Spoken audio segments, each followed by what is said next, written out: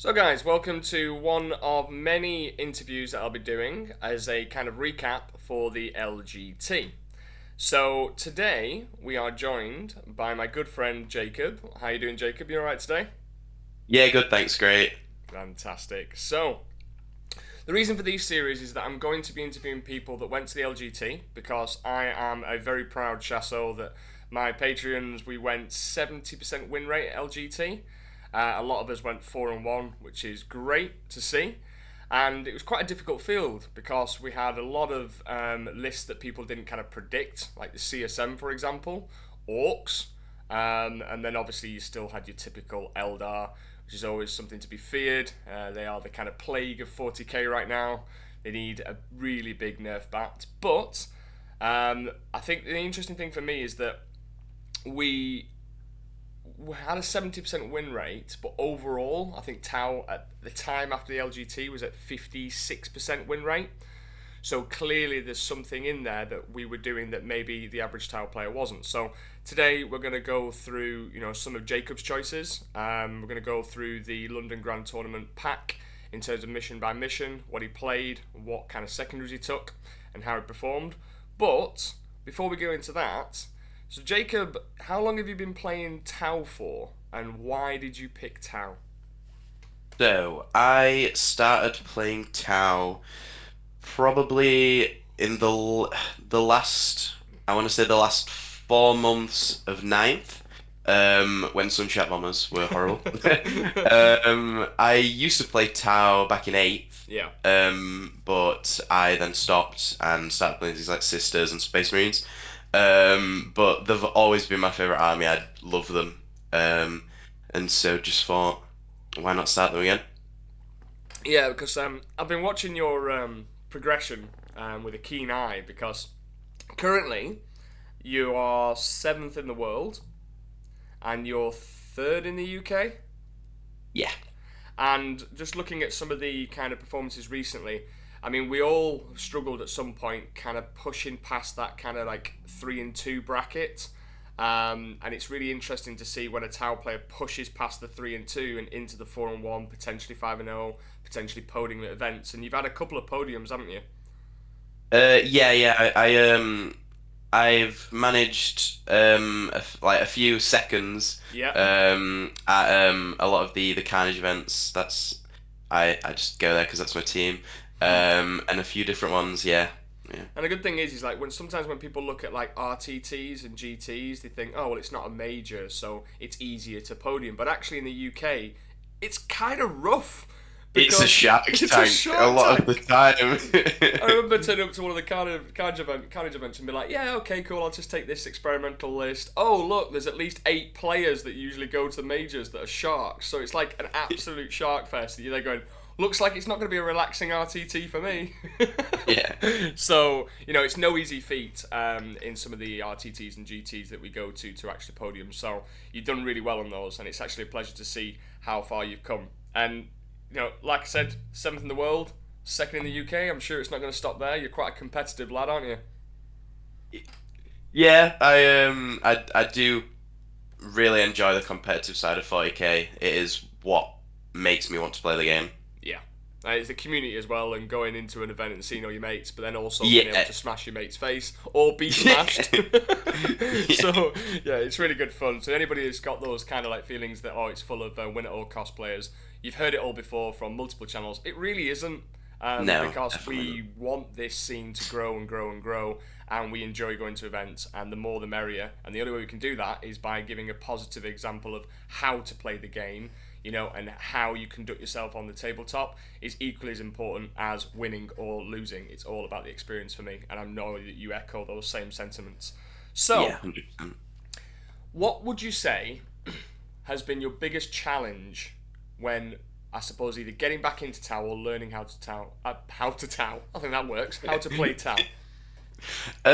So the big thing that I find is knowing when to commit correctly, because with Tau, I find that it's all about movement, can be easily punished with either committing resources like incorrectly, or just if For example, if you haven't screened correctly, opponents will capitalize on it, and you can be punished very easily for it. And Yeah. so, learning how to develop those skills has been a key part of playing Tau, compared to something like Sisters, where I used to play. So it's interesting because obviously you played Sisters, which I know that like a typical archetype of Sisters list tended to be like a mixture of really good shooting and really good combat, so that you had both Yes. the threat of being able to shoot someone off the board, but also you can kind of get into those nooks and crannies with your combat units and stage. So Yeah. how did you go about improving your positioning and your deployment with Tau to improve? So a big thing is that me and a couple of friends always talk about is just looking at the maps and having good plans going into, because obviously I mainly just play on the UKTC Mm. maps. Just planning, obviously it can differ what army you're playing against, but planning your deployment ahead of the tournament is a huge thing. I just find having a game plan going into each round is a big deal. Yeah, I think you've hit a nail right on the head there. That kind of planning is crucial. I used to set up like the deployment maps on a table and just practice.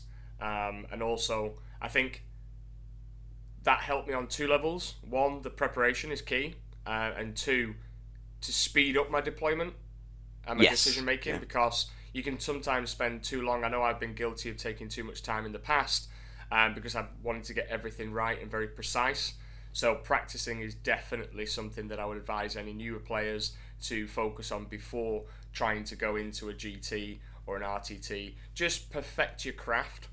Because it's shown through not just my own performance, but like yourself, you said that that was one of your weaker areas. So you practiced, you got together with your friends, and made Yeah. sure that you had a plan going into the games, which I think is crucial. So, Yeah. what would you say is the biggest thing that you've enjoyed using Tau? And don't say just insert cyclic iron blaster blast. And so I got busy blasting. So, what's your biggest thing that you've enjoyed? So obviously Tau as a playstyle is very different to, well, in my opinion, very different to essentially any other army in the game, because every army has some element of combat output, Mm. whereas Tau has probably one unit.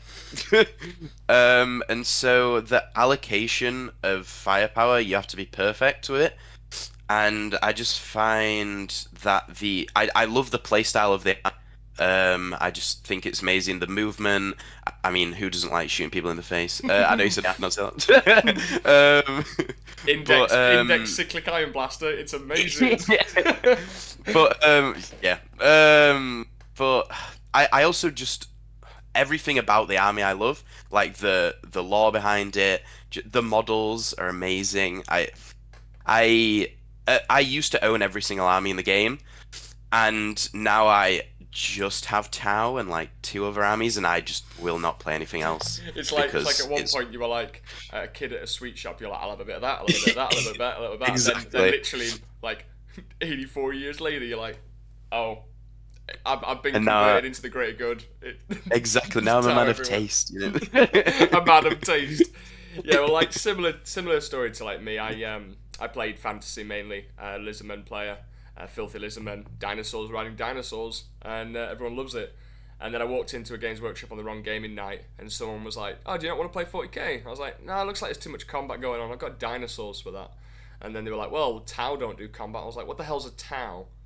And then they showed me like the Farsight models and battle suits. I was like, sold. It's like, Yeah. no, Timmy, no. It's like, here's my money. And This is where the addiction starts. yeah, and now I'm a 36-year-old man, and I started when I was 13. So yeah, that's a long time playing Tau. Yeah. And I'm like you, I've got Tau everywhere. So okay, perfect. So let's get started on the LGT review then, yeah. Yeah. So, in terms of the LGT, for my patrons, I created a lovely pack that basically, pretty much what we talked about the planning stage. I planned out each mission, gave a deployment map, which is obviously available in the UKTC pack, but I highlighted the mission specifics, so that obviously when you get to the table, you're just like, right, okay, my objective is burn objectives, maximum 10 VP, burn one in No Man's Land 5, score 10 if I burn the enemy deployment zone 1, so it's Scorched Earth, Chilling Rain, and then I also had a map where it just highlighted various threats, so enemy staging points as demonstrated by the red exclamation marks, and then your opportunities to rapid ingress. Funny story there is that when I actually planned this and did this and sent it out, then there was that controversy of like LGT has banned rapid ingress, and we're like, oh, I might have to change this pack. But they saw sense, and hats off to the rules team, and they didn't ban rapid ingress. So your first roundup was against probably one of the hardest matchups for Tau, right? Yeah, it was difficult. Necrons. So Yeah. Necrons have one of the most durable units in the game outside of like an Avatar or Wraith Knight or Young Khan being -1 to wound, with the Crypto Thralls and the Lich Guard. But Tau just have a lot of guns, and in one activation you can pick up a Lich Guard blob. So what I'm really interested in here is that obviously what kind of secondaries you took, if you went tactical or if you went fixed. So your Necron game, you won, and it was 87-44. So talk us through your mindset when, what were you going against? What was your list? Well, actually, first, what was your list that you were running for the LGT? So, I wanted to take Farsight. My list was called Farsight's Day Out, so Nice. so he had to be in there. So the list I took was Farsight, 2 Cold Stars, 1 with Precision, 1 with Explode from turn 2. Yeah. They all had Cyclics, because why wouldn't you? I also had Shadow Sun. Then I had a Brick of 6, Crisis 2 units of 3. I had 2 Ghost Keels, 2 units of Hounds, 2 Tetras, and a Stealth team. Nice. So you got reliable spotters. You got your 3 bricks, 3-man, 3-man, 6-man, and I think that is good on UKTC because it's quite hard to hide a 6-man. So the maneuverability, and obviously you got Farsight for those cheeky rapid ingress and the +1 to wound when you get within 9 of something and just smoke it. So, and then obviously you got a few mission play things. I like the fact that you had 2 Ghost Keels. I didn't go 2 Ghost Keels, but I know that those Ghost Keels came in clutch for you. 100%. So, what did you take? Tactical or fixed? So I took Fixed, I took Assassinate, and I took Deploy Teleport Homers. Okay. Against Necrons, I knew that the way that his list was laid out, so he had two overlords or lords, and then he had 2 characters which give them the Feel No Pains, which I obviously knew were going to go in at each brick. So if I killed both bricks, I'd score at least 16. So that was alright. And then he had other characters, the one with the crown to give +1 to hit on his shooting units. Yeah. So yeah. And also, they do have a stratagem available to them to resurrect a character, which in the rules they still died. So if a character resurrects, you can get 8 points if you kill him again. So it's kind of automatic. Thanks for the 20 points if you want to play the game. And if you don't want to play the game, you're like, okay, well, I suppose I'll just win on primary, and then I'll still shoot you in the last couple of turns. So homers, every battlefield now is just littered with deploying teleport homers because it's one of the most easiest secondaries to score in the game. Because for those of you who are maybe not familiar, or maybe you haven't updated the app, the Battle Tactics app, whatever it's called, it's actually 3, not 2, in fixed. So you just have to put something in the center. Now, if I was to take a guess, I'm guessing that's what your stealth suits did? Yeah, stealth, sometimes Tetras, depending, but it depended. But yeah, most of the time it was the stealth team. Yeah, so stealth team right in this little center rectangle there. It's just within 6, and you can just deploy teleport over and over again. And because it's Dawn of War, at any given point later in the stage of the game, you could probably deploy a few in their deployment zone. Yeah. So I'm guessing, if I was to take an educated guess to briefly think about where they deployed most of their stuff, I imagine a Lich Guard blob would probably gone on their home field in the center there. So they didn't actually have Lich Guard blobs. They had 2 20-man warrior bricks, Ah, which so is even better even for Tau, better. in my opinion. Yeah. Well, there is a nice tactic that you Um, can do with putting a Chronomancer in there and a Lord, which then means that your crash suits will be hitting on fives because they can have yes. stealth and then they can have the -1 to hit, which stacks. But Yes. shock horror, even hitting on fives and your commander hitting is still deletes them. Yeah. And the Chronomancer allows them to move after they shoot. So either way, from a deployment perspective, if I was a Necrons player, I'd place a warrior blob in here and a warrior blob in here just to threaten your objective over there. Is that kind of what they did? Yeah, they had a warrior brick on either flank, On yeah. either flank, yeah, just to push Yeah. up to secure those objectives and Yeah. try and kind of win the primary game.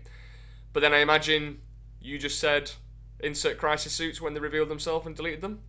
Well, yes. So he revealed them turn one, which I think was. I mean, I don't play Necrons, Mm. which allowed me to shoot them turn one, um, which I it could have been a mistake. Maybe I'm not sure, but I did kill a brick turn one because I went second, so I could Fire move and them fire and fade. fade. Yeah. Exactly, yeah. So I killed a brick and then I killed the other brick. Turn Right. two. Yeah. So Yeah, probably not revealing them turn one and probably been better. I mean, inevitably, yeah, it's not going to matter because the Warriors are still quite slow. So at some exactly, yeah, point, even if you didn't reveal it turn one, you'd have staged ready for your turn two push out. yeah, So it's kind of one of those where it's like, well, you hide, you die. You move out, you die. So what choice have you yeah. really got? So there's no disrespect to the Necrons player, but Tau are a very difficult matchup for Necrons to kind of maneuver 100%. around. There are a Yeah. couple of pieces that you can take to make it a little bit less depressing. Like the Catan can be a problem for Tau, but if we're taking broadsides, then alright, eventually we will chew He it down. he did have the Nightbringer, which was a bit of a problem. Mm. Um, I I shot it and did like 2 damage. Yeah, yeah. Um, It just doesn't die. yeah, It just doesn't die, but over turns it will, or you exactly. just Yeah, ignore it, right? Let it do yeah, its thing, and then when everything else is dead, then kill it because you've got nothing else to shoot. yeah, Yeah. So well done on that one. In terms of this mission, just to kind of give you a few top tips, for me, ghost keels are great for burning the center. Because you can just go, well, I'm tiptoeing just here. You got to come and deal with me, and I'm not easy to shift in combat. It's not like it's a single piranha or like a single dude. Unva and ghost kills are really great for burning. yeah, And deploy teleport homers is perfect here. Your crisis suits want to stage here because then you can push up to the left, and then you can just go into their enemy home field objective at a later stage of the game. In order to burn, you have to have started it by, you can't burn in turn 5, so you have to pre-plan that. I find that in this mission, I either burn on the center in turn 3, ready for turn 4, or turn 2 if I've got first turn, to force them out into the open to come and deal with me. I very rarely burn this one because I like to just hold it. yeah, And if you burn one objective and hold on to 2, that's 45 on primary. But if you want to get the 50, you could burn all 3 in the middle, it still gives you 5. You have to either get the enemy home field objective for 10 and 1 in the middle to max out on primary. So your score was 87, so it yeah. probably looks like you maybe dropped a couple on primary, but your secondaries are strong, right? Yes. 35 So on secondaries, I imagine, or maybe 37? so I dropped 10 on primary Yeah. and then dropped 3 on homers. Yeah, so Yeah, you got 1 in the DZ for homers near the end, so 37 on secondaries out of 40, and you yeah. got 40 on prime. Did you burn 1, or did you just hold for 2 objectives for 4 turns? I believe I did burn 1. And you must have Yes. got a 5 at some point because they denied Yeah. you. Yeah, okay, that's Yes. respectable. Respectable. So, solid score. So, next one. You went against Drukhari. Yes. So, I think with me and you talking at the event and afterwards, this one is one that you would definitely look back and do a few things differently, right? Yes, quite a few things differently. Sure. So let's look at the mission for a start. So this one is a bit of a pain because if you go first, you're at somewhat of a disadvantage, especially with how the terrain is laid out. This one is Purge the Foe. So, hold one, hold more, kill one, kill more. Each is worth 4 VP.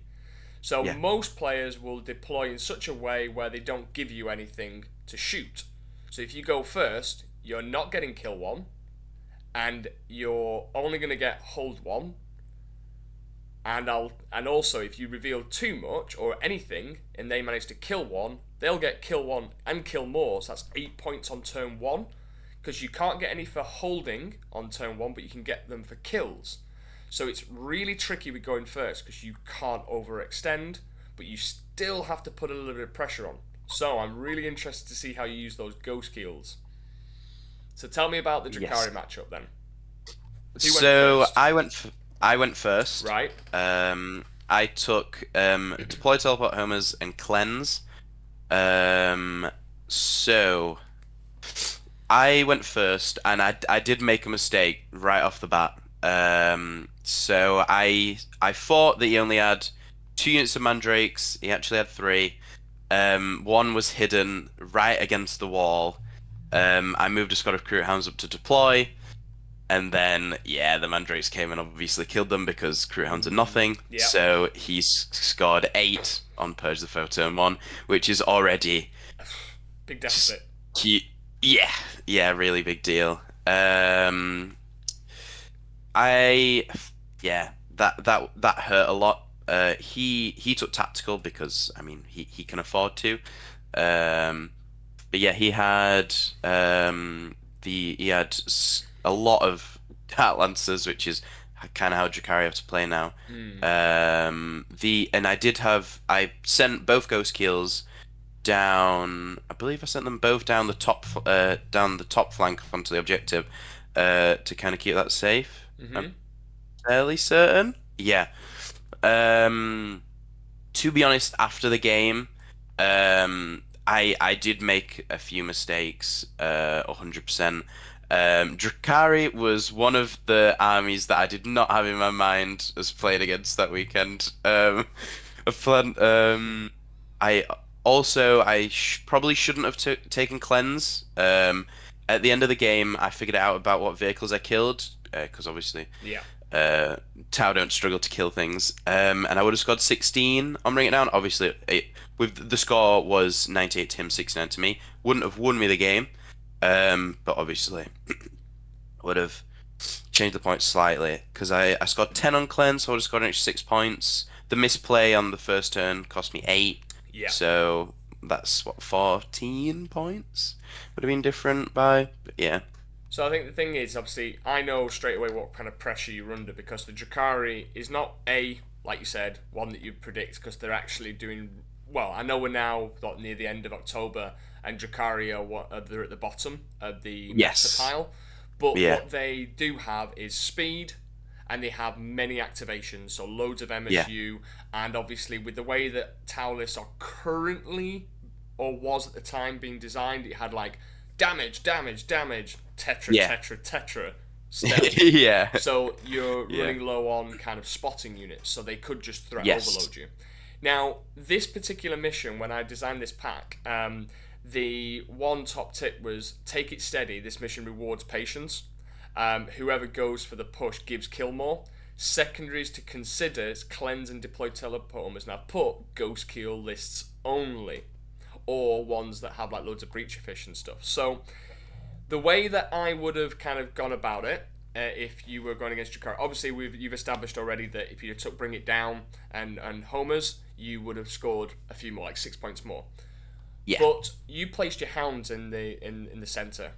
So what I've done in practice games when I was contemplating taking double keel was both of them go right near the center, or at least they can move 10 inches onto the center objective. Yeah. So then what you do is you go, right, cleanse. Obviously in this case scenario you wouldn't have taken cleanse, but if you did, you can go, right, I'm cleansing with the ghost keel. You just put one ghost keel on there, or maybe 2 because their OC is enough to bring other units on there, and you go, come to me. Like literally like Mortal Kombat, like get over here. And then you just place the ghost keel, and then what you do is you keep swapping them. So when one's taken a few too many Dark Lances to the face, he goes back, the other one goes forward, and then you shoot everything that they've had to reveal to kill Ghost Keels, and then you get kill more. Yeah. So Ghost Keels are really good bait for that. The cleanse, I like cleanse and deploy teleport once with Tau, but you have to build the list around doing that secondary, like a breacher fish, pathfinder fish, loads of like single units like piranhas and stuff like that. Whereas when you're going for your mega bricks, it doesn't quite work because you start to, especially against Drukhari, if they tag stuff or they kill some small assets, you're down and out. So no surprise that you probably got a turn of doing maybe 2 turns of doing 4, or is it 1 turn of 4 and then the rest were 2s? I'll just double check. So I got all 2s. Yeah, All 2s. I got 10 points in total. Yeah. All right. So that one, you went first on a very difficult mission to go first on, and I think it would have still been tight. I think you could have probably pipped it if you'd have used the ghost kills around the center, but you still got a lot of Dark Lances. But then they have to reveal quite a lot to kill the ghost kills for then you to. But in hindsight, I think lesson learned. Don't take cleanse against Drukhari. Take bring it down. Should they take lots of vehicles, and also just roll worse and go second, right? Yeah. That works. All right. So I know you were feeling a little bit like, damn it, disheartened a little bit. But then, let's talk about round 3. You went into CSM. Yes. Which, on a mission which it's search and destroy. So this mission is hold one objective for 5 VP, maximum 10 VP per turn. But at the end of the battle, on top of your normal scoring, you get 5 VP per objective up to 15. So basically, you can get 25 on the last turn on primary. So, did you go first or did you go second? I went second. Hey! Thank you for the 25 points at the end. But CSM, I was a bit intrigued by this because of what kind of CSM list did you go against? So he had 2 obliterator bricks, forge fiends, chosen in rhinos, a few warp talon units, cultist just a sticky, things like that. Yeah. So basically, I know obviously CSM is the list, well, the army that won the London Grand Tournament, used by the talented Liam VSL, but CSM are kind of a somewhat counter to Tau. They still have to both respect each other because they have a lot of output. Tau, Codex, Cyclic Iron Blaster, and also then CSM with their Dark Packs and the Forge Fiends guns that will just remove crisis suits given the opportunity. Yes. Yeah. So the power comes from, they have a natural ability. Granted, it can only be done on 1 unit with a stratagem, but they can make something that has got the Nurgle keyword loan up effectively. So you'll have a Forge Fiend that will be Nurgle, one that will be undivided. You'll have a Rhino that happens to be Nurgle, just so the Chosen can go, we're safe in this little tin box. And then you'll have an Obliterator unit, and then the other Obliterator unit will be undivided, usually. So they'll have like a mixture, but all of their transports are bar from 1 Forge Fiend, which will be undivided for the stratagem for sustained hits and full rerolls and all that stuff. And that one will 9 times out of 10 be in reserve. And then the rest of them will go, I'm on the board, oh, you're going to shoot me? Cool. Their trick is never to reveal 2 Nurgle units at once, they'll just reveal 1. The natural counter to this, if you do have it in your list, is hopefully you just cross your fingers and hope a Piranha goes in and goes toot toot and then makes it fail Battle Shock, but you can't really rely on that. So, what was your approach into this game? Did you go tactical? Did you go fixed? So I took fixed again. I took bring it down, and I took deploy teleport homers. And I did score. What did I score? I scored. I scored 20 on Bring It Down, and I scored. Oh, sorry, no. I took. Oh, sorry, no. I took Deploy, and I took Engage. Engage. Oh, interesting. Yes. Okay. Yeah. and I scored 18 on deploy, and I scored 16 on engage. So You see, I'm liking this already because like when I see like I look at tile lists and go right, okay, then I'm gonna make this around cleanse and deploy, or then I look at an enemy list and go, all right, okay, well to take the Necrons for example or GSC, because I know you were really interested in my GSC game that I had against TJ Lanigan, but I looked at his and went, well, assassinate because if you want to play your GSC army, then you need your characters, so I get 20 on yeah, there, and GSC don't want anything to do with the middle, so I'll take deploy teleport homers. But in your game, you're going against an army that can easily stage to the middle and go and threaten you. So anything that yeah, goes to do a deployed teleport homers will most likely be killed. yeah, And then you took engage. Now I can understand the thought process of engage because you don't want anything to do with the middle. You want to go around the flanks, right? yeah. So did you go first or second? You went second, right?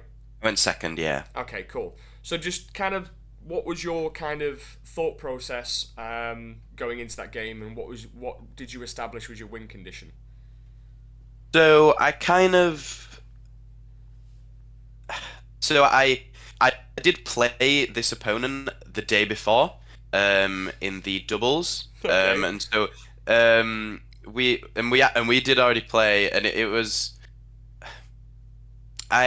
We talked about his list a lot to be so that kind of helped me a little bit. Bit of reconnaissance work, you pathfinder And you. I was like, um, but yeah, so I kind of knew that he was going to be aggressive with certain units, Mm, and obviously going second is a big deal. I did score 25 in the last of turn, course you did. and I kind of played it cagey until around as Tau do, um, the third turn, but he did commit certain units, which in my opinion he probably shouldn't have done. Mm, So on turns two, he committed both units of chosen, and because the way that I've screened my crisis units, because I put the big six man in a building and then put a unit so that he'd struggle to charge them. He did get a few into them, but couldn't get all the attacks, so their output was drastically reduced. He mm. killed like a suit or two suits, and but then obviously I picked up all the chosen, and so I kind of went into the game thinking that if I could potentially do as much damage early on, I could then max the engage later on. Sure. Because yeah, and so fast. So he deep one big swing in the game. To be fair, was on turns two. He deep struck a unit of four obliterators, to shoot a squad of crisis. He didn't want to suffer the indirects, so he put them down so he could see them, and then I killed three obliterators, um, which was In a big Overwatch, deal sorry. in Overwatch. Yeah, Oh Jesus. yeah, which was a huge deal. Um, and then it allowed me to do certain things. Like for example, then obviously he essentially had nothing on that flank. He had one obliterator left, and then a piranha poked his head out and was like, "Hi." um, and then one thing that I also did is I had Farsight attached unit of free suits, and ingressed them behind a building, and then they just move and took his home field. Because on his home field at that point, all he had left was this was turn three. All he had left was, and obviously since he went first, it allowed me to move on in on turn three, and then score engage. All he had was Forge Fiend and so unit of cultists. So I moved out, killed the Forge Fiend, and then charged the cultists, and then I kind of had his backfield for the rest of the game. Um, So, because I so thinking about like where you place your fast, so obviously on the right hand side, so the furthest away from your yes, deployment, that's where you rapid ingressed. So pretty yes, much where behind it that said building. in that building where the pack is, it says like you put your crisis suits to the bottom, move it around, and the rapid ingress Yeah, opportunities there. Yeah, and yeah, then Farsight went in and YOLO'd it. yeah, and he stabbed a bunch of little dudes. Some little dudes, yeah. And I presume at that point you obviously popped your full rerolls to hit and wound, right? Yeah, Did you and tank shock though? I did. Yeah! Shot the Forge Fiend to death, actually. Love it. Strength 10 tank shock. Hell yeah. Okay, so it sounds like obviously a little bit of misplay on your opponent, but you capitalize on that mistake by him pushing too much. Your Yeah, insane Overwatch, which hats off to you, it can spike. that was And then crazy. obviously I like the fact that you took engage and pulled it off because that's something that I'm like, oh, 2 points for 3 quarters. I might near the end of the game get all four. But Yeah, the fact that I imagine was it 2-2-2 and 2 then 2. No, it was 2 2 and then 4 4 4. nice. So yeah, yeah, Hey mate, well obviously you've kind of planned it out and gone. I'll take the twos and then I'll go for the fours later. And you got obviously. I like the fact that kind of these decisions are pushing you to be aggressive. So you've given yeah, yourself well, I've chosen it now. I have to rather than ooh, should I? Shouldn't I? You're like, yeah, well, if I don't, I'm not getting my points. So full send it. yeah, Let's go. yeah. Right? Farsight's gonna go stabbing. Farsight's gonna go stabbing. Nice. And then obviously deploy. What did you get on deploy? Was it It 15 or was 17? 18, 18. 18 on So deploy.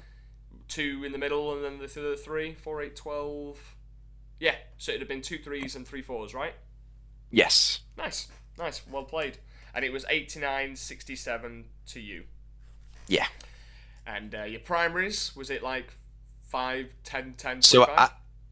actually it was quite bad actually. So I scored 10 on turn 2, 0 on turn 3, Mm-hmm. and then 10 and then 25. So Ah, okay. Well, that's the thing. yeah. So if you think about it in terms of if you're going to go, if you go second, you go, right, well, that's 25. That's half the primary points just on the last turn. Yeah. So as long as I get a 10 and like two, well, 1 5 and two tens, or Yeah. two a 50. You can only get 10 on this one, so yeah, you could get two tens and a 5 and then get Yeah. 25 at the end. So you don't have to rush to grab objectives at all. But the ones that I like to control is the one on the top left, demonstrated here, and your home field. Ghost kills can easily do that. Some Yeah. small unit hiding behind the wall can do that, and then you're forcing your opponent to come out to kill them, and then you kill them in return. So That's it's exactly what I not did. hugely important that you have to hold on to two because, like I said, at the end of the game, even if you go first, you just push the aggression up a turn earlier, and then once everything's dead, you still score 25 at the end. So it's a really good mission for Tau, but you just have to be careful of their staging points and make sure that you're not making any stupid decisions like putting stuff too close to them. And then, yeah, you can just focus on the primaries near the end of the game. So my top tip for this was focus on the flanks, ignore the center, as it is a death trap. There's too many staging points. They can threaten every kind of staging point that you want to have, and they can just threat overload you. And hold out for the end game primary scoring, which is exactly what you did, bro. So well done. Next game. Now I've heard that this was your favourite game, right? 100%. This was Hang on a minute. the So best you're game we taking can. Farsight. So what does Farsight love killing? It was well, Orks. Orks, and you went against Orks, right? Yeah. Now, This is probably the one that I really want to know about because it ain't no whitewash. Like, I'm not gonna spoil it, but it was a tight and close game. 100%. So the mission, priority targets.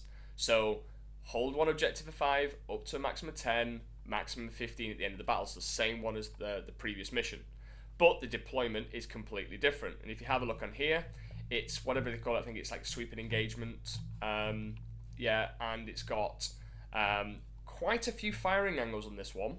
And quite a lot of space for vehicles just to push up on one side. If you look here, I've highlighted some of the staging points, so center and then the bottom right, because they can jump out. They can also rapid ingress to go into your home field. And there is this really weird firing angle that goes from the top of their deployment zone all the way into your deployment zone where your home field is. So you have to be very careful on that angle there. So, what were you going against? What was in their orc list? So there were lots of trucks. I believe Trucks, trucks, four or trucks. five. Yeah, there was a lot. Um, Big unit of knobs which had the war boss attached. Beast boys. Yeah. The squig riders, the squigosaur. Mm-hmm. And then I want to say 30 looters. Yeah, 30 looters. Right, Um, okay. yeah. Which we talked about that before the game. A lot of people don't like them. They like the flash kits instead. But they were really good in that game. To be fair, yeah. So can you remember what kind of out? Because I've not gone against the looters. So I can double check for you. So they've got rapid fire on their guns, so they actually end up with a lot of shots. So let's have a look. it is it's 48-inch range, heavy rapid fire one, 2 shots. So it means they get 4 shots if they're within 24 Ah, inch range because the way that rapid fire works. yeah. Uh, and then they are hitting on sixes, but heavy. And then the strength 8 -1/2 damage. So they're not terrible. Just a lot of shots. A lot Um, of daka, daka, yeah, daka, right? yeah. But if you're on an objective, they get full rolls to hit.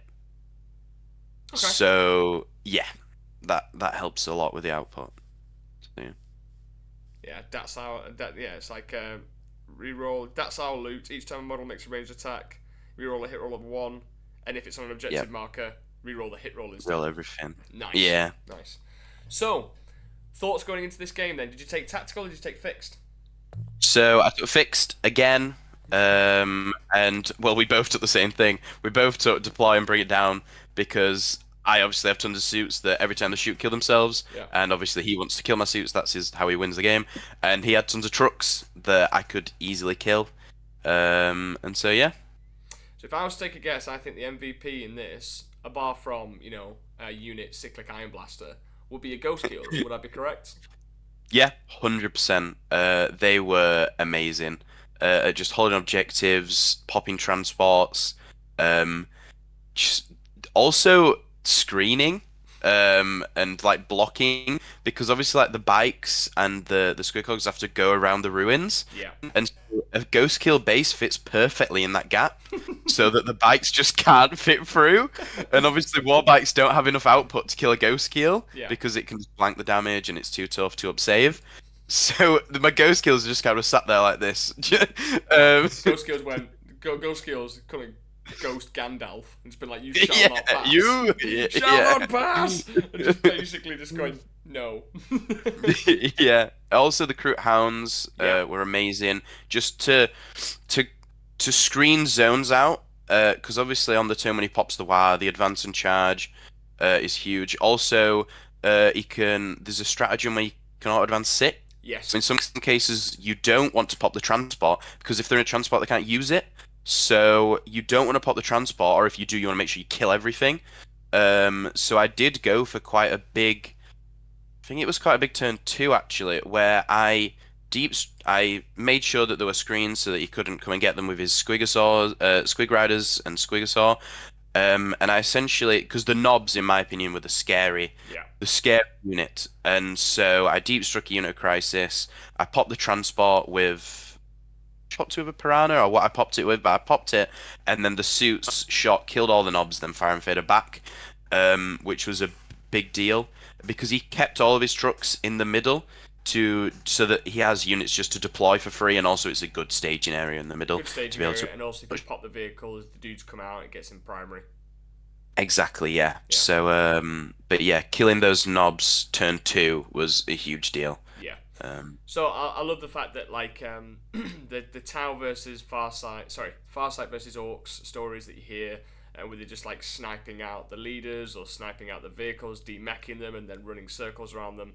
But I think that the one thing that you mentioned there about like the screens is very important. So I did a video 100%. on YouTube about how to beat Tau, or the top 7 strengths of Tau with contact lost, and how to get around them. Yeah. And one of it was, well, if you can screen out, then that is a key thing. That like if you can screen out Tau where they move, or just threat overload them. That's obviously what they want to do. They want to shove their trucks forward, threat overload Yeah. you. But then you were like, well, your War is really scary because they can just get Yeah. across the entire board. So staging those ghost kills and those hounds to be like, I'm just going to say no to your War this turn, that puts the initiative back into your kind of hands. And I think that's kind of like a masterful play that you've done. And those ghost kills, like you said, what's going to kill them? The looters can't shoot you because they're blown up. Anything that gets close isn't going to really shoot you with anything decent. Combat, well, you still got your blanks if they want to put a tasty character in there, and the combat's still a bit meh.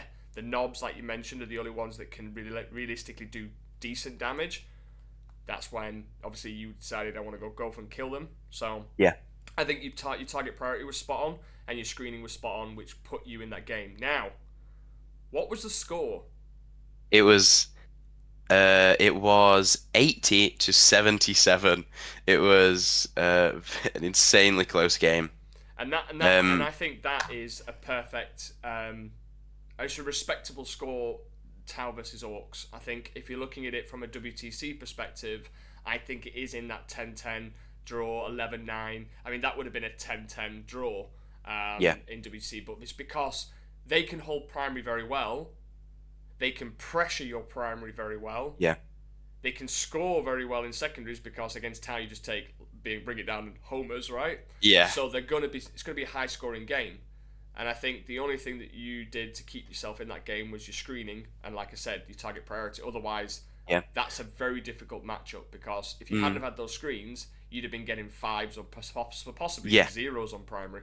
It is why when I make a Tau list, I love having hounds. I think they're an amazing utility unit. Mm. Um, Obviously they're struggling to like certain stuff like indirect, but then you're shooting some hounds, so Yeah. go for it. Um, I do genuinely think that 2 units of recruit hounds in my list anyway. I just love them. Yeah. I just, They're amazing. I think I still, I get you, and I'm completely on board. I have nothing bad to say about the hounds. Yeah. I'm just a bit obsessed with Look- Darkstrider and he's Yeah. 60 points, and I'm like, Yeah. ooh, So He's a spicy little guy. what I tend to do is I favour having, for example, a Pathfinder or a Breacher Fish, just to kind of be my screen, but then have the Devilfish next to them in case that screen gets charged. Then I get back into the Devilfish. So I agree, Recruit Hounds are dirt cheap and they're very, very good. And I think people should always look at least having one or two.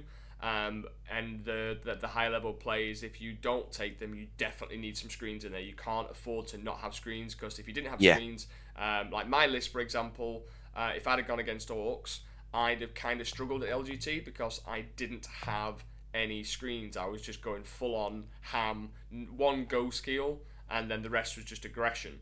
So if I'd have gone against that, I'd have had a difficult time because I wouldn't have been able to block off those like avenues like you did. So hats off, good victory and well deserved, especially when it's such a tight game. I know that you and your opponent would have been like, "Oh, that was a great game," I imagine. Yeah. Yeah. It was amazing. Yeah, and it's one of those ones where sometimes when you lose, you're a little bit like, "Oh, god damn it, I lost." But actually, when it's really tight, it's hats off and respect to your opponent because you're like, "I really enjoyed that, and it could have gone either way."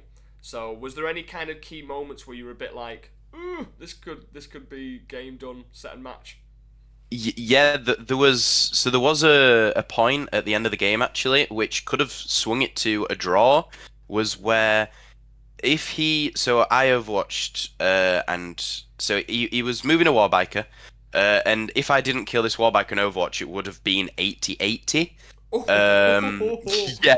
Yes, it was huge, but the ghost kill went.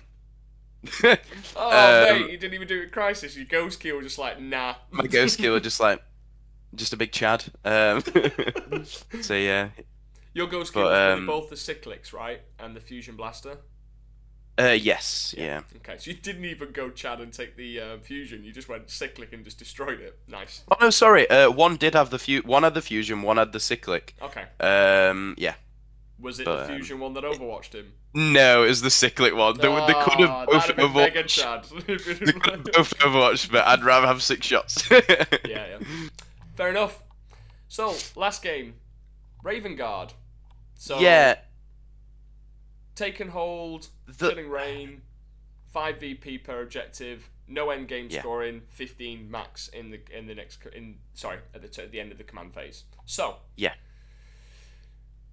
I imagine lots of fast moving charging dudes. So his list was. It was an interesting list, actually. I wouldn't say it's bad. It was just it was just different. So he had 3 units of 6 Inceptors, which obviously like they have the 3-inch deep strike, and he gave them all the bolters, which then you can pop a strat to give them. I'm not sure if you could give them like extra AP and like yeah, extra AP. I'm pretty sure. Mm. So they were actually like they chewed through Crisis. Surprisingly, I didn't expect it. He also had three Redemptors, uh, Shrike. He can pick Yeah. himself up and place himself like Calidus, Mm-hmm. and he had a Calidus, and then Infiltrators and stuff like that. And essentially what I did was because he deployed all three Redemptors down one flank, the top Top. side, Yeah. yeah, and then I essentially baited him with a unit of three Crisis Suits, sent a unit of Crisis Suits in, and a six-man, killed a Redemptor. The six-man obviously fire and fade and hid, so they were safe, but the three-man exposed. I accepted they were going to die, but he deep struck all 18 Inceptors down to kill them. Oh, and I also put I put another unit down. I think I put a Ghost Kill down there as well, Okay. just because I wanted him because I knew two Redemptors couldn't kill all that, but so I knew that he'd have to commit some stuff. And I went aggro, Yeah. because I knew that if I could score early and stop his primary, that's how I win. Because he's obviously really good at scoring secondaries with that list. And he dropped all 18 Inceptors next to them. And I think that was the big mistake because Mm. yes, he killed the things there. The Ghost Kill lived because he's a Chad. Yeah, of course. But then it meant that all his scoring was there, and so then all I did was score. A Ghost Kill was down another flank. He scored 14 points in total that game um, behind enemy lines. So I took behind enemy lines and deploy. So in the last two turns, he got me a behind enemy lines and a deploy. The horrible man he is. But yes, I scored 50. So on turn two, I scored 15. Turn three, I scored 15. Then I scored 10. Then I scored 5. Right. By the end of the game, all I had left was two separate units of one Tetras, a stealth team, and a Ghost Keel. Wow. Um, yes, so I sacrificed a lot, but I I was speaking to I came over and spoke to you. I don't know if you well you probably would have said to go that, but and I also spoke to other people in my team, and I was just like I'm just gonna go for it, and well it paid off. Yeah, I did say to you because I was just like I'd literally gone from TJ Lanigan into Nassim, and then I was going straight into CSM Dawid from Glasshammer, and I think Yeah. I kind of I half apologized to you and half go, well, at least it worked. I was kind of in my mindset, and I just kind of went, Jacob, just full send it. Right? Because when you basically told me what you're going against, I was like, in my head, really quickly, I was like, compute, he's gonna go fast, he's gonna go and hit them hard. He can't play Kate. Just full send it, Jacob. Full send it. Yeah. And then you full sended it, and you lost pretty much everything, but you won. Yeah. So I yeah, I I agree with his mistake about the Inceptors. Because the yes. thing with those units are now, this is my warning to any Tau players if you go against interceptors. A very smart player can block off your retreat, and by retreat I mean your fire and fade. So if you're thinking I'm gonna go out and then I'm gonna hop behind this ruin, if they just go, have you finished your movement? Yeah, cool. 3 plasma interceptors right there, or 3 interceptors right there. I've now blocked your fire and fade. You're out in the open. Cool. My redemptors go in and shoot you. Bam, bam, bam. Thank you very much.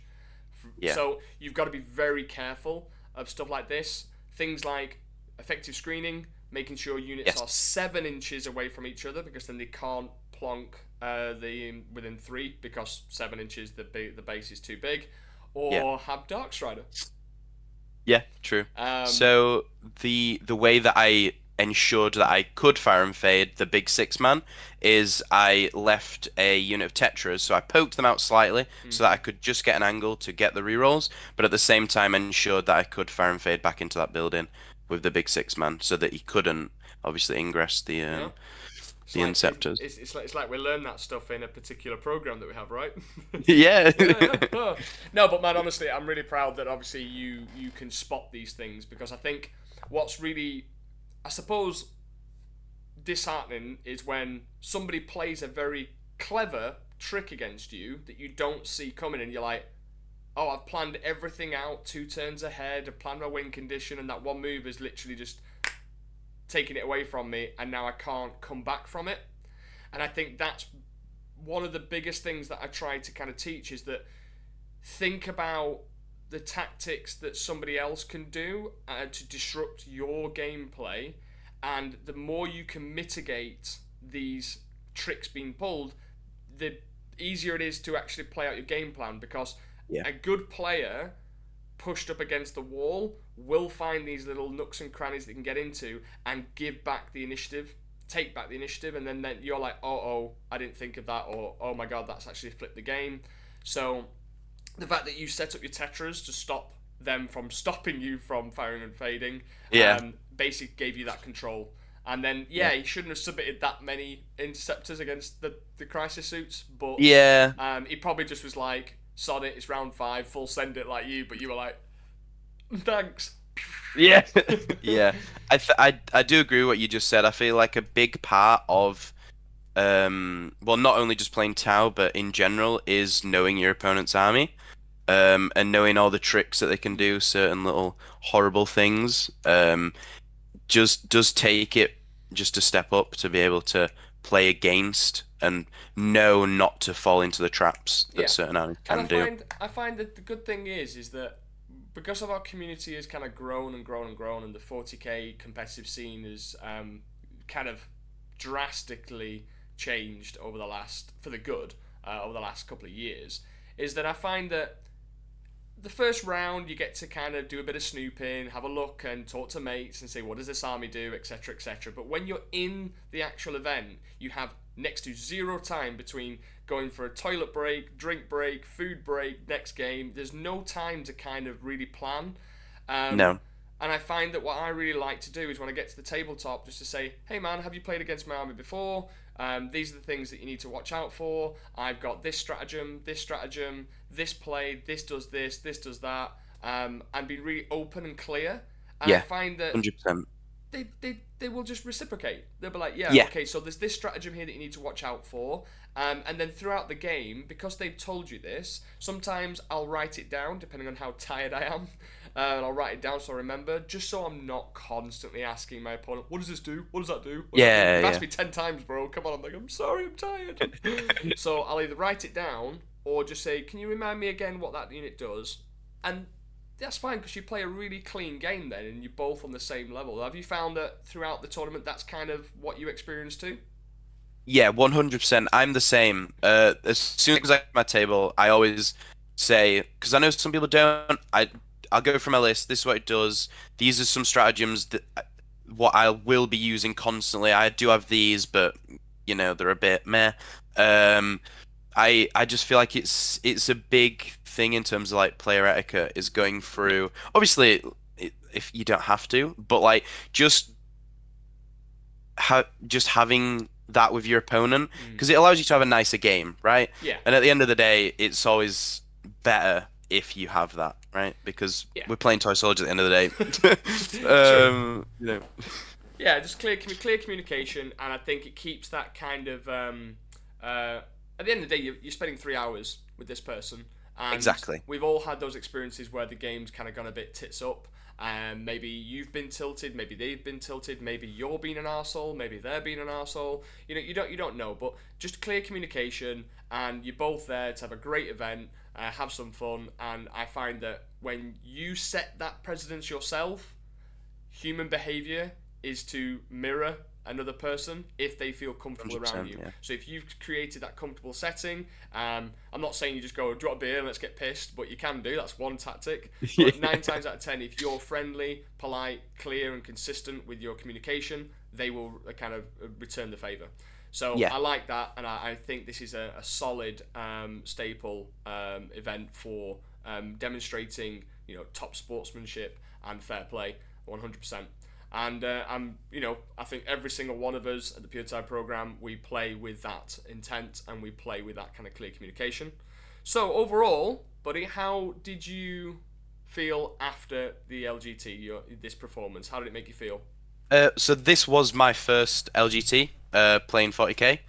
And yeah, I was hoping 4-1. That was my goal. And I got it. So I was more than happy. And obviously, like the one loss that I got, just learning from those mistakes as well is a key part. Obviously, to then improve yourself. But yeah, it was an amazing event. Every opponent I played against was amazing. There wasn't one bad part. Also, as we mentioned earlier, just meeting everyone. Like obviously on the Saturday we went out and got food. Yeah, A few good. of us. Yeah, just the community behind the game is the big part about it, and it's amazing. And what I'd like to say as well is that the metrics were weird at LGT this time, but they were for the better. They changed it rather than just kind of like win points. It was Yes. your opponent's win percentage was factored in terms of the placing. So even though I think there was like 760 odd players, maybe more at LGT, I think if I look at it, it was.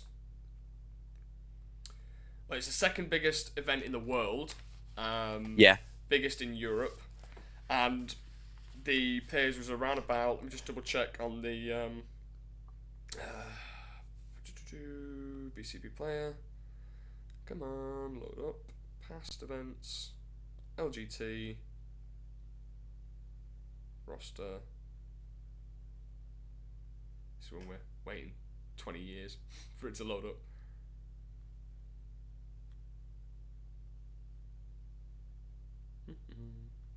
So we 748 players. So your finish of 104th, Yeah. but with 4-1, and your average points that you scored was over the whole 5 games at 500. You scored 414. So you were averaging 82.8 points per game. Now, obviously, we've already talked about a few things you could have done differently. That obviously can improve that score. But I Yeah. think for you, now that you've gone to LGT for the first time and done 4-1, that is an achievement, and you should be very proud of that. I know I am proud of you for that.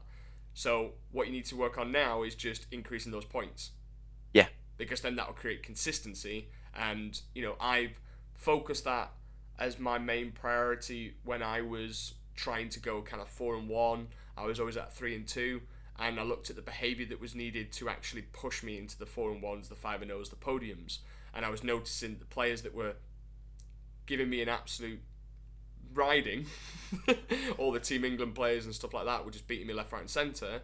That their scores were always very high because they had a Yeah. basic battle plan in their head and stuck to it, like we've done with this pack. And I just focused on points.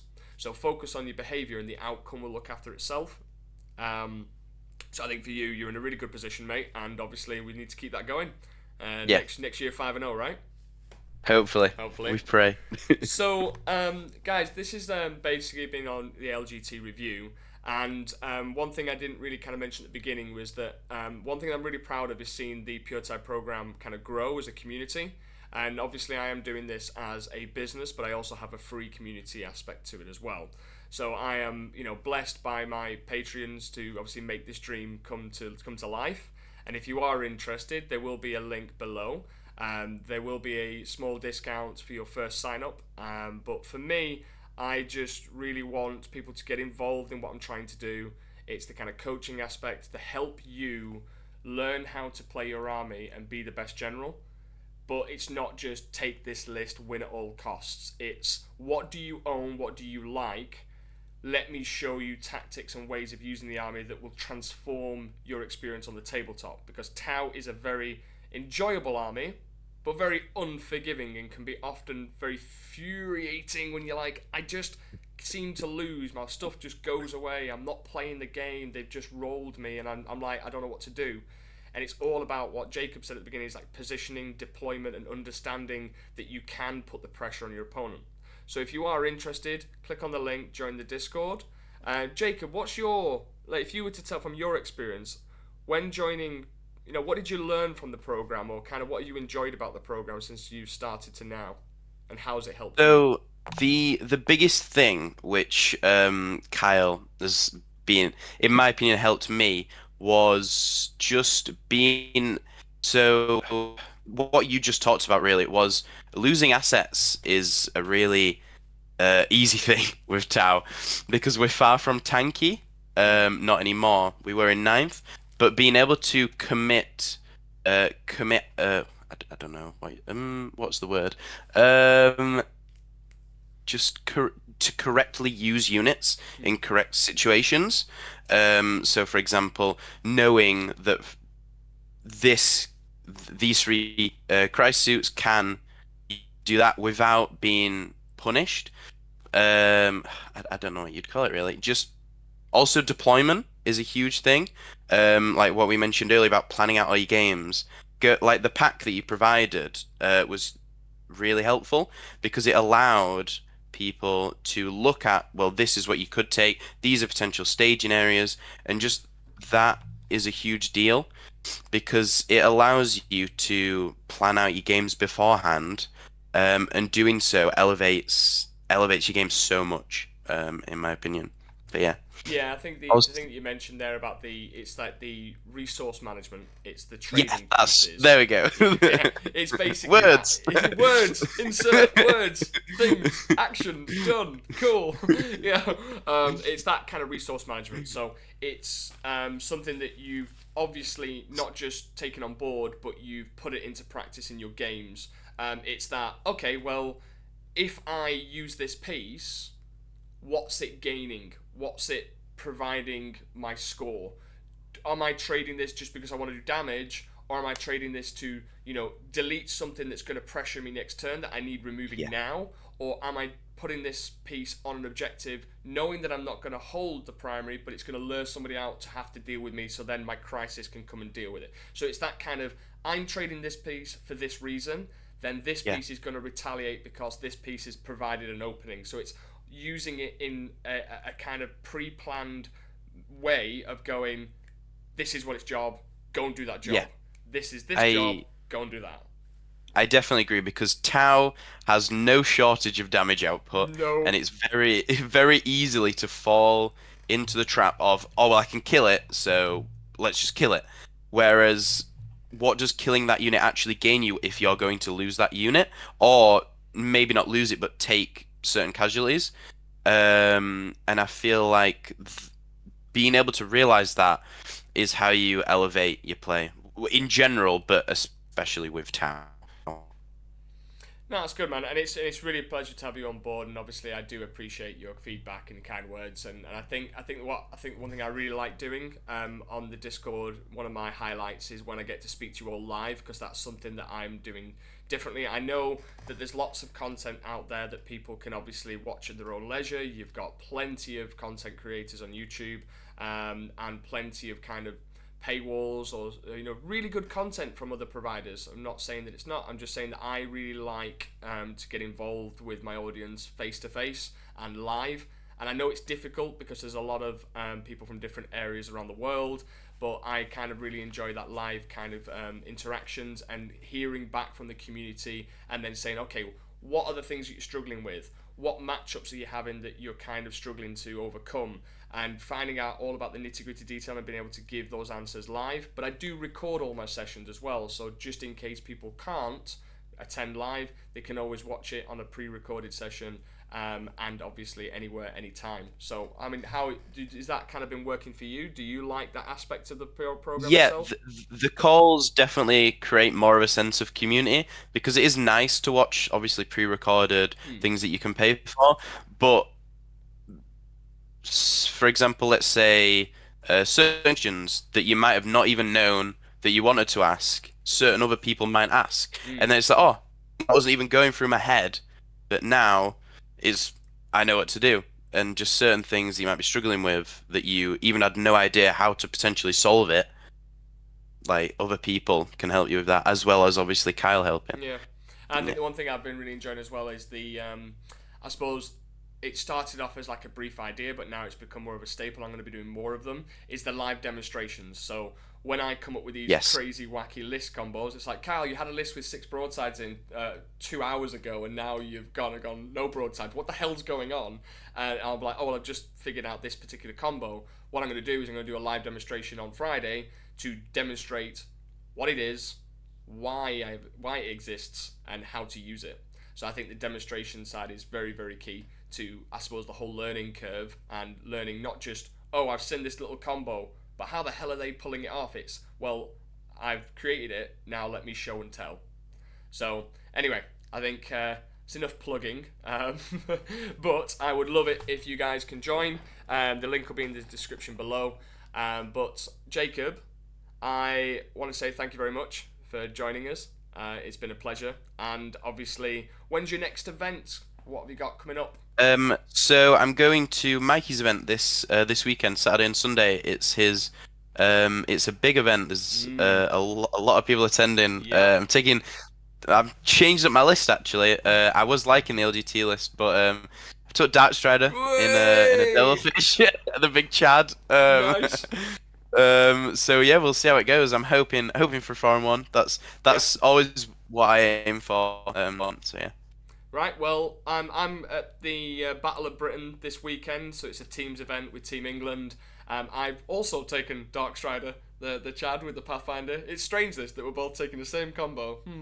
Yeah, it's going to be really good fun. It's a teams one WTC scoring, so we'll both be at completely different events. But I wish you the best of luck, and I'll be keeping an eye on your results, mate. So no pressure, but obviously good luck, and just remember, You too. focus on your scoring. And because I think the thing is, you run the risk of it when you're putting that kind of expectation to go 4-1. You feel the pressure. You're like, Yeah. especially if you're on the last day, and you're like, this last game will decide whether I'm on 4-1 or not. So Yeah. just focus on your points. Learn from obviously the mistakes that you made at the LGT, which were very few and far between. So it's only a little bit of tweaking, and I'm sure you'll bring it home, mate. So good luck, and thank you very much for joining.